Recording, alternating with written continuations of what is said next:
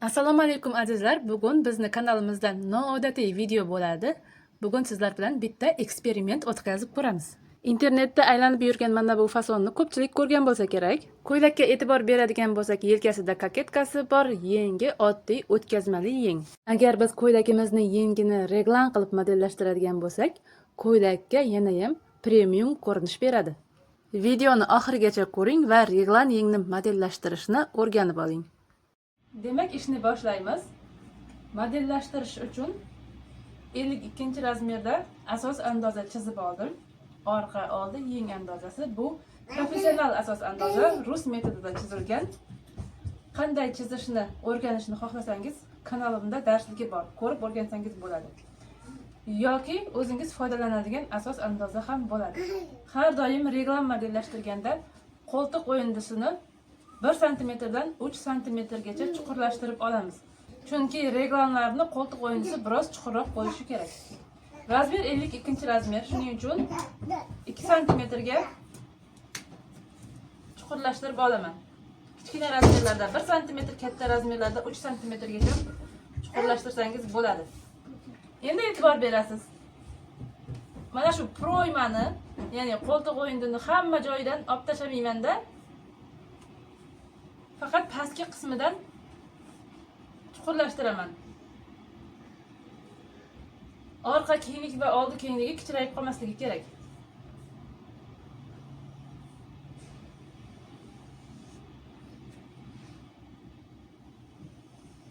Qo'ltiqni faqat pastki qismidan olamiz.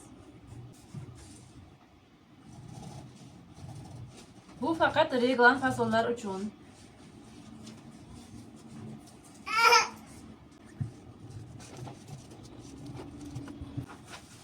Endi yoqa o'yindisini kerakli shaklda ochib olamiz. Har doim asos andoza chizilganda yoqasi kichkina qilib chiziladi. Keyinchalik uni kerakli shaklga va kerakli razmerga ochib olish uchun. Yoqasi dumaloq fasonimizni yon tarafga 7 cm ochilgan, yon tarafga ochmaymiz. Pastki zarur razmerda ochib olamiz. Odatda reglanlarni yoqa o'yindisi ko'p ham ochilmaydi. 52-razmer uchun 17 yoki 18 cm qilsak bo'ladi. Men 17 cm qilaman. Sizlar ham o'zingizdan yoki mijozdan ochilishini o'lchab olgan bo'lishingiz kerak.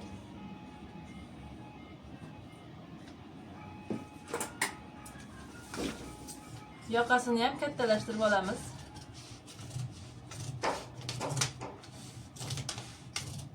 Endi ishlashimga qulay bo'lish uchun yelkadagi ko'krak vichkasini oldi tarafiga o'rta chiziqqa o'tkazib turaman. Bu vaqtinchalik. Keyinchalik bu vichkani ham o'zgartiramiz. Oldidan o'rta chiziqdan ko'krakning uchigacha to'g'ri chiziq chizamiz va chiziq bo'ylab kesamiz. Ko'krakning uchiga 0,5 santimetr yetkazmasdan kesaman. Andozam uzilmasligi kerak. Endi ko'krak vichkasini yopamiz.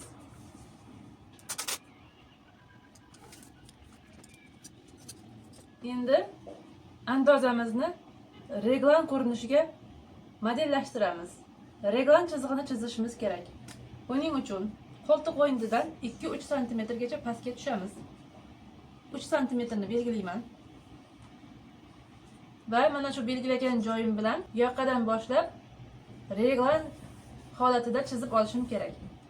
Bunda bitta qonun qoida, chizgan chizig'im qo'ltiq o'yindiga tegib o'tishi kerak. Agar tekis chizsam, yelkaga yaqinlashib qoladi. Shuning uchun lekalniy lineykadan foydalanib biroz avval shakl chizaman. Qo'ltiq o'yindidan 3 cm pastga tushib belgilaganman. Meni lineykam proymaga tegib turibdi. Yoqa tarafi ham chiroyli turibdi.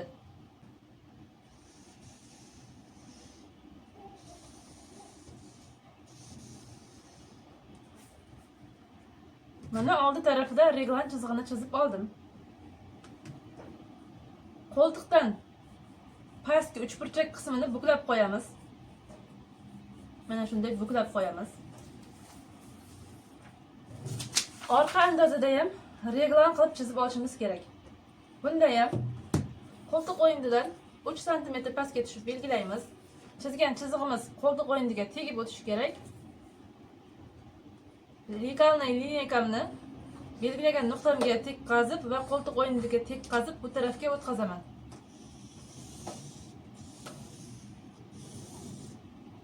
Mana orqa tarafida ham reglan chizig'imizni chizib oldik. Bu tarafida ham qo'ltiq o'yindini pastki qismini uchburchak qilib buklab qo'yamiz. Fasonni old tarafida ham bitta kaketka bor. Hozir bunga e'tibor qaratmay turamiz. Eng oldin reglan yengni modellashtirib olishimiz kerak. Ba'zi reglanlar yeng markaziga chok tushirilgan bo'ladi. Bu albatta klassik reglan, lekin biz hozir yengiga chok tushirmasdan yaxlit holatda bichiladigan reglan qilib modellashtiramiz. Buning uchun orqa va oldi asos andozalarimizni yelkasini bir-biriga tutashtirib olamiz. Lekin oldin yelka vilchkasini yopib, yoqadan ochib turishimiz kerak.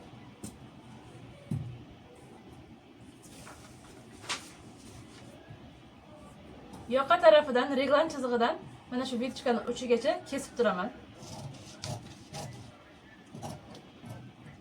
Meni vilchkam reglan chizig'igacha yetib bormagan, shuning uchun vilchkani biroz uzaytirib turamiz.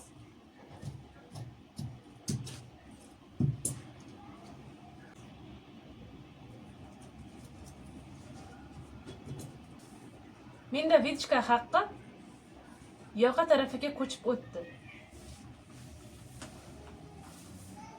Yelkasini yaxlit holatga keltirib oldim. Oldi va orqa andozani yelkasini bir-biriga tutashtirib turaman. Endi e'tibor beramiz. Oddiy klassik reglanda reglan qilib chizib olgan yelkamiz kesib olib bunga yopishtiriladi. Oldi tarafi yengni oldiga yopishtiriladi. Mana shunday reglan yeng paydo bo'ladi. Lekin bu vaziyatda yoki yelkasiga vilchka tushadi yoki yeng markaziga chok tushadi. Biz vilchka ham tushirmaymiz, chok ham tushirmaymiz. Yengini yaxlit qilib bichib olishimiz kerak. Yengini yaxlit holatda bichib olish uchun yelkalarni tutashtiramiz. Mana shu ikkita qo'ltiq o'yindisi bitta chiziqqa to'g'ri kelishi kerak. Buni lineyka bilan tekshirib ko'ramiz. Menda oldi tarafi biroz teparoqda turibdi. Yaxlit reglan bichilganda orqa andozani yelka qismi yoqasiga tegmagan holatda faqat yelkasidan 0,5 santimetrdan 1 santimetrgacha qayriladi. Mana shunday qayiramiz. Endi ikkalasini tutashtiramiz. 0,5 santimetr 1 santimetrni ziyoni yo'q, kichrayib qolmaydi. Endi mana shu oraliqni yana bir marta o'lchab ko'ramiz.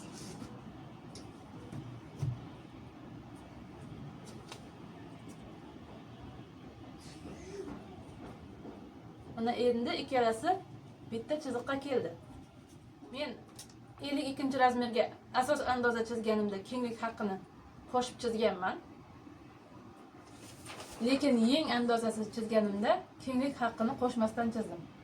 Buni sababi yeng andozasini reglan qilib modellashtirganda o'z-o'zidan kenglik haqqi qo'shiladi. Menda hozir 52 razmer uchun yeng andozasi yuqori bilak aylanasi 34 cm, kenglik haqqisiz. Точный razmer olganda 34 cm. Uni reglan qilib modellashtirganimda yengim biroz kengayadi. Hozir mana shu akat chizig'idan o'lchagan bo'lsam, ana endi reglan qilgan paytda mana bu oraliqni o'lchaymiz. 38 cm ga teng bo'pti. Demak, menga yengimga 4 cm kenglik haqqi qo'shildi. Bu normal holat. Eng kamida 4 cm qo'shiladi. O'zi reglan yenglar biroz kengroq bo'ladi. 5, 6, 7 cm qo'shilsa ham to'g'ri bo'ladi. Yengni yelkasi bilan tutashtirganimda yengni markaz chizig'ini o'zimga nisbatan tekis holatga qo'yishim kerak. Mana shunday yoki bunday qiyshaytirish mumkin emas. Tekis holatga qo'yib olaman. yelkasini qayirganim hisobiga markaz chizig'i va yelkasi bitta chiziqqa keldi. Mana menda reglaning paydo bo'ldi. Endi men buni plyonkaga yoki kalka qog'ozga ko'chirib olishim kerak. Yengni uzunligiga biroz yetmay qoldi. Yetmay qolgan joyini matoga qo'ygan paytda qo'shib yuboramiz. 4 cm kam chiqdi. Endi mana shu reglan qilib chizib olgan joyimdan yengimni andozasini ko'chirib olaman. Andozalarimni qayirib olganman-ku, o'sha qayrilgani bo'yicha chizaman.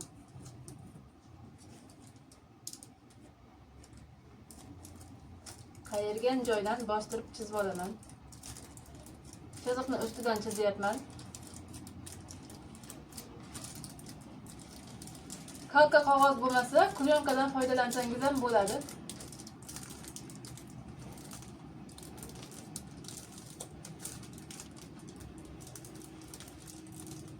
Mana yeng markazini to'g'ri chiziq qilib chizib olaman.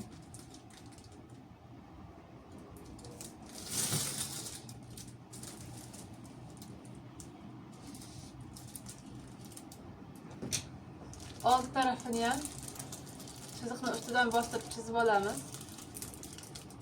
Andozani qayirgandim, o'sha qayrilgan holatda chizaman.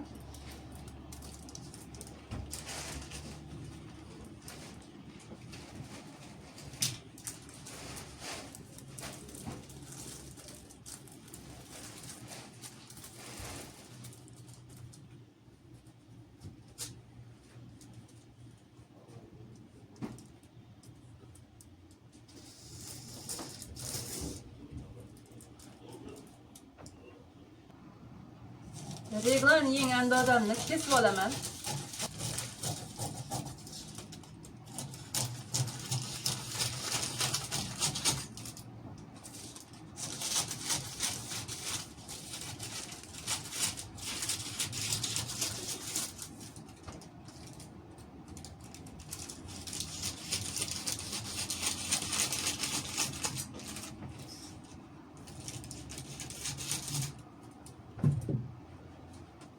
Orqa oldini yozib qo'yishim kerak. Oldi, orqa. Reglan chizig'i bo'ylab kesib olib tashlayman yelkasini. Faqat mana shu buklangan joyi kesilmaydi. Buklangan joyi qolishi kerak. Buni endi keragi yo'q. Orqasida ham buklangan joyini kesmaymiz. Yelkasini kesib olib tashlaymiz. Buni ham keragi yo'q. Endi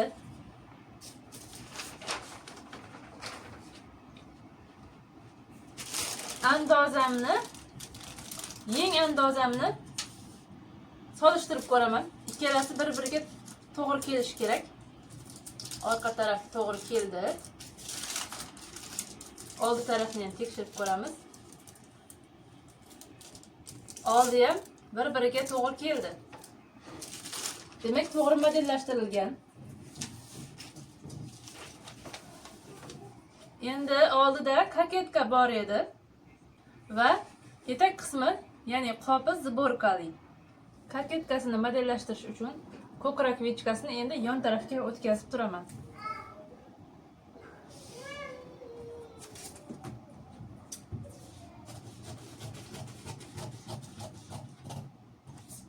Endi buni yopamiz. Koketkasi ko'krakni uchidan pastga tushib ketmasligi kerak. Umuman olganda xohlagan koketkangizni qo'ysangiz ham bo'ladi.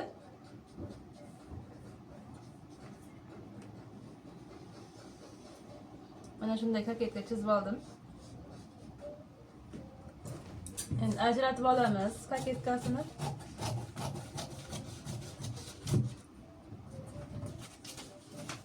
Endi ahamiyat berasizlar, mana shu ko'krak vichkasini ham yopamiz. Ko'pchilik koketkali ko'ylak tikkanda, o'zbekcha ko'ylak, boshqa turdagi koketkali ko'ylak tikkanda agar qopi zborkali bo'lsa, qopida ishib qoladi, osilish bo'ladi.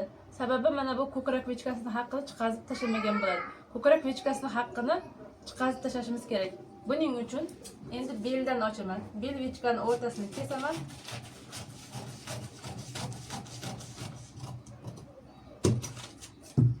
Buni yopaman.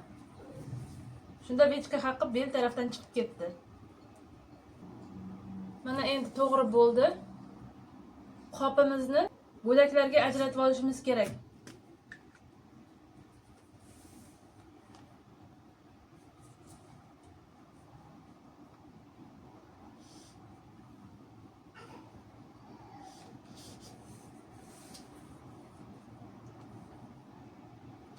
Zborkaga ochish uchun qopimizni bo'laklarga ajratib olamiz.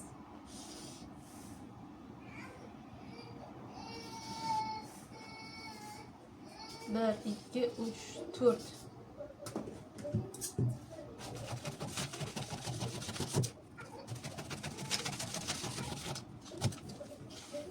Bel vichkasini davom ettirib chizaman, kesaman.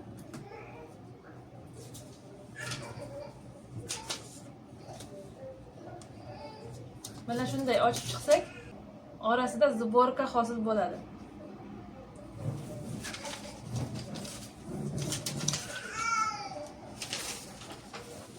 Xohlasangiz orqasini ham koketga qo'yib, qopini zborkali qilsangiz bo'ladi, lekin men trapetsiya qilmoqchiman. Trapetsiya qilish uchun ham ikkita bo'lakka ajratib olaman. Bel vichkasiga ahamiyat bermaymiz.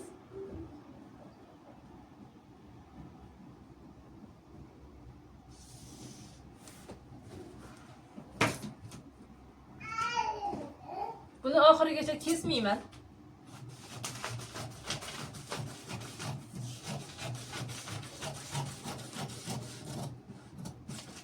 Andozam uzilmasligi kerak.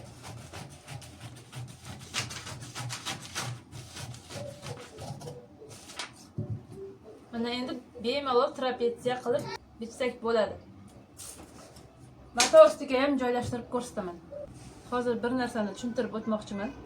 Asos andoza bilan bichganda orqa va oldi asosda bel chiziqlari bitta chiziqda, ikkita proymasi bitta chiziqda turadi.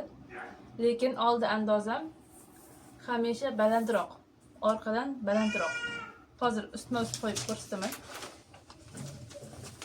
Ikkitasini ustma-ust qo'yib ko'rsatsam, mana oldi hamisha balandroq bo'ladi. Ikkala andozani beli bir joyda, proymasi bir joyda, lekin oldi balandroq. Bu balans hisoblanadi. Bu ko'krakni hisobini tepadan chiqazganmiz. Hozir menda 52-razmerda orqa belgacha uzunlik 40, oldi belgacha uzunlik 44. Matoga qo'yib joylashtirganda hamisha orqa belgacha uzunlikdan hisoblayman. Bo'yini ham, orqa oldini ham joylashtirganda orqa belgacha uzunlikdan hisoblayman. Hozir batafsil tushuntiraman. Oldin orqa andozamni matoga joylashtirib olaman. Bo'y uzunligini aniqlab olaman. Masalan, 120 cm. 3 cm zapas qo'shib 123 ni belgilab olaman. Mana shu yerga keladi 123 cm. Menda orqa belgacha uzunlik 40 cm. 40 cm ni belgilab qo'yaman. Belini belgilagan joyimga orqa andozamni belini to'g'irlayman. Mana menda bel chizig'i.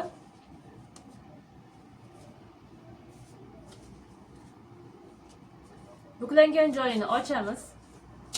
Orqasini trapetsiyaga ochaman. Etak kengligini belgilayman. 52-razmer uchun masalan buklovda 45 yoki 50 cm bo'lsa bo'ladi. Oldi zborkali bo'lgani uchun 50 cm ni belgilaymiz etak kengligi uchun. Andozamni bostirib chizib olaman. Buklangan joyimni ochib chizaman. Belini ixchamlashtirmaymiz, qo'ltiqdan kengaytirib boramiz.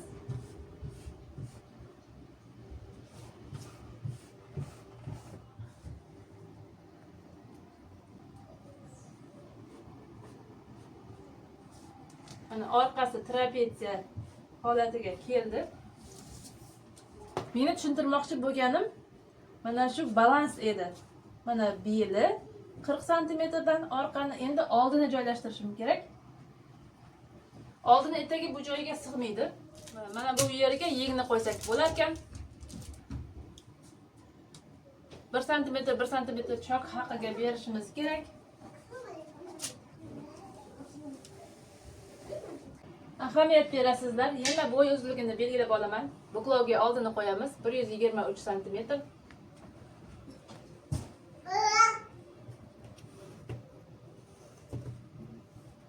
Oldiga ham orqa belgacha uzunlikni belgilaymiz 40 santimetr. Mana shu orqa belgacha uzunlikka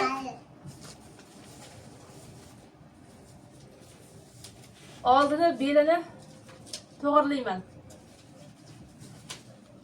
Mana menda bel chizig'i. Hamma andozalarimni bel chizig'ini bir-biriga to'g'irlayman.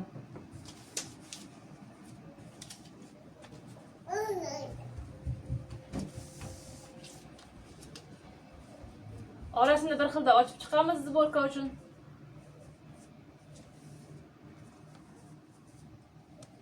Bel chizig'i bitta joyda.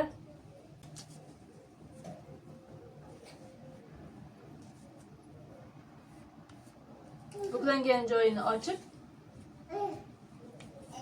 etagiga kenglik beramiz.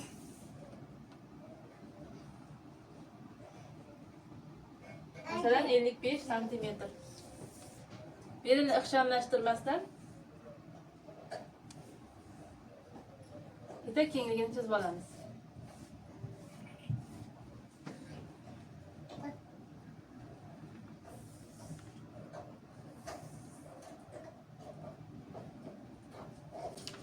Kaketkasini mana shunday joylashtirsak bo'ladi.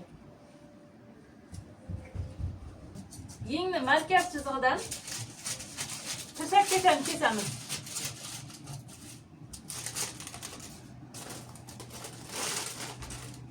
Bu tarafiga ham kesamiz. Ozgina 1 santimetr qoldiramiz. Bu tarafiga ham kesamiz.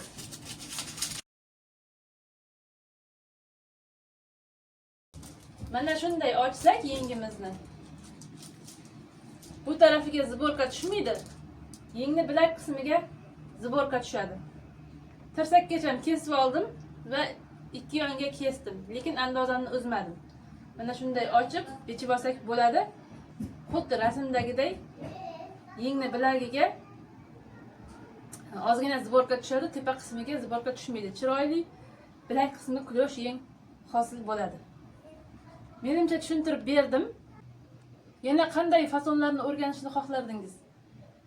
Telegram gruppaga o'tib fikrlaringizni va o'rganishni xohlagan fasonlaringizni jo'natib qo'ysangiz bo'ladi. Telegram gruppaga o'tish uchun silkani mana shu videoni kommentariyada qoldiraman.